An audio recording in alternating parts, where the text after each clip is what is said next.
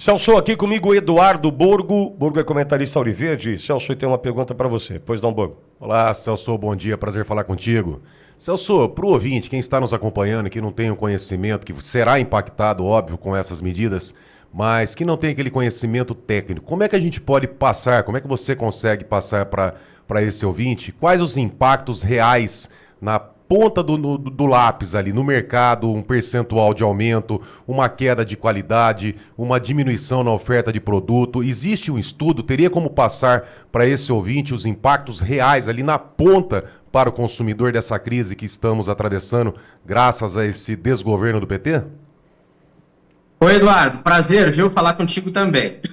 O que acontece? Assim, de uma maneira mais simples, vamos começar no campo. Eu acredito que os juros totais para quem vai produzir, veja bem, estão falando um pouco menos, mas eu, a partir de ter sido, mais atuante como produtor rural e tendo esse universo nas mãos, eu acredito que para o produtor rural hoje produzir vai ficar em torno de 26% até 27% ao ano só de juro, tá?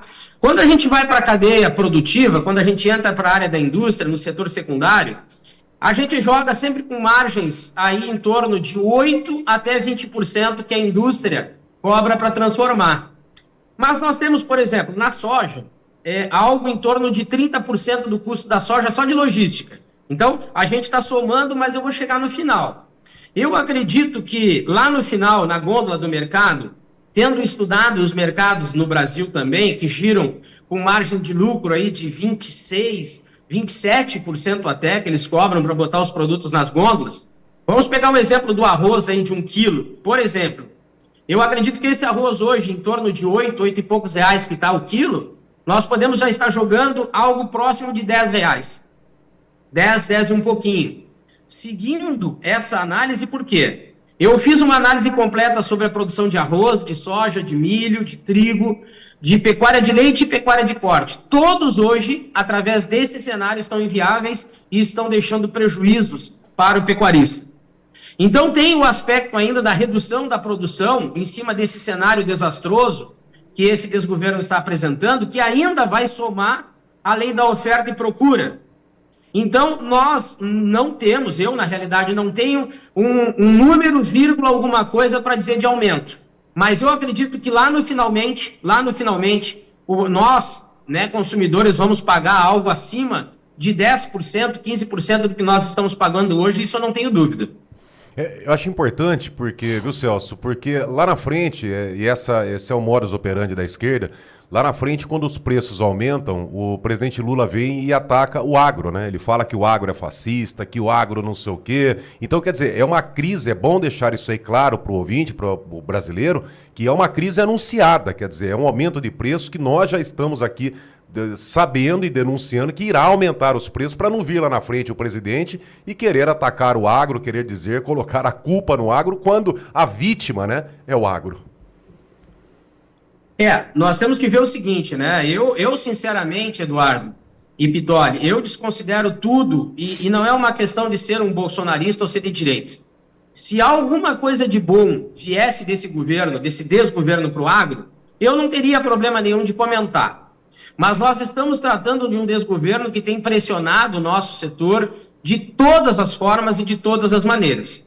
E aí, em cima disso que nós falamos, aí está a prova de tudo, Com todas as crises, com todos os problemas que nós estamos enfrentando dentro da propriedade rural, que a gente diz antes e dentro da porteira, e esse atual presidente, ele fala que não entende o porquê do preço dos alimentos estar tão caro, eu duvido que ele não vá ter números muito mais expressivos do que eu tenho, por exemplo, aqui, na mesa dele, à disposição dele. Aí o que o governo faz?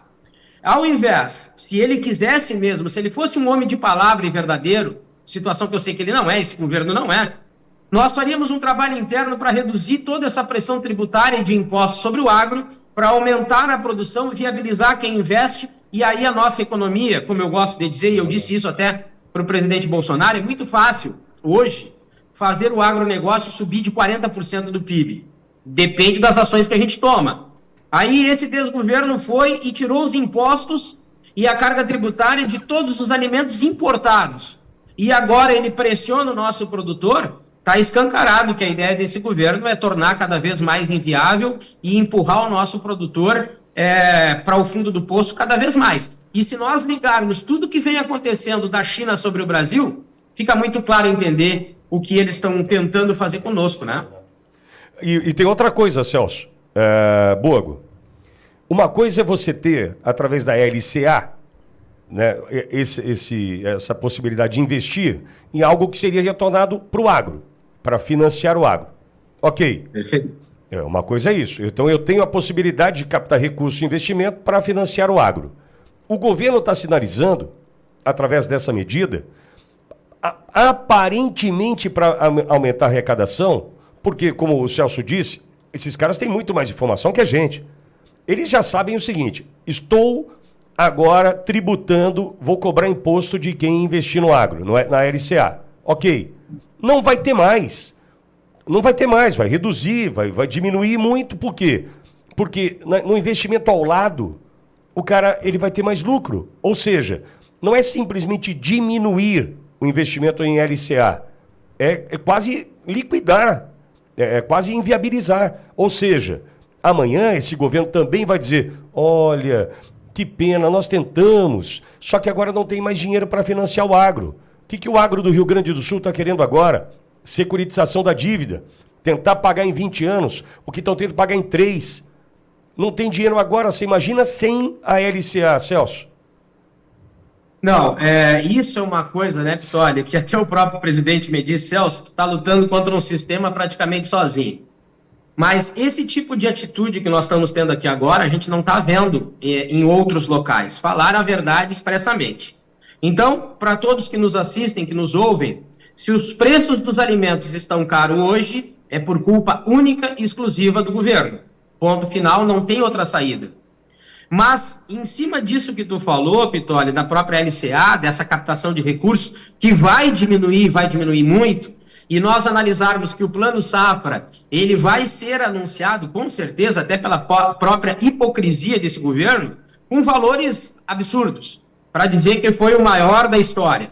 Mas não vai ter um montante para oferecer na hora da prática, né? Vai criar inúmeras situações para dizer que não estará liberado. E se não tiver o Plano Safra, se não tiver as condições, somado ao endividamento que nós temos hoje desse produtor, aí aquela história que eu mesmo falava desde 2016, que o Brasil, que iria faltar alimento dentro do Brasil, ela vai se concretizar. A partir de um governo que endemonizou o produtor rural, agora ele consegue sacramentar todo aquele peso, né, tudo aquilo que ele vinha dizendo contra, ele consegue botar em prática, porque vai tornar inviável qualquer investimento dentro da propriedade rural, seja pequena, média ou grande.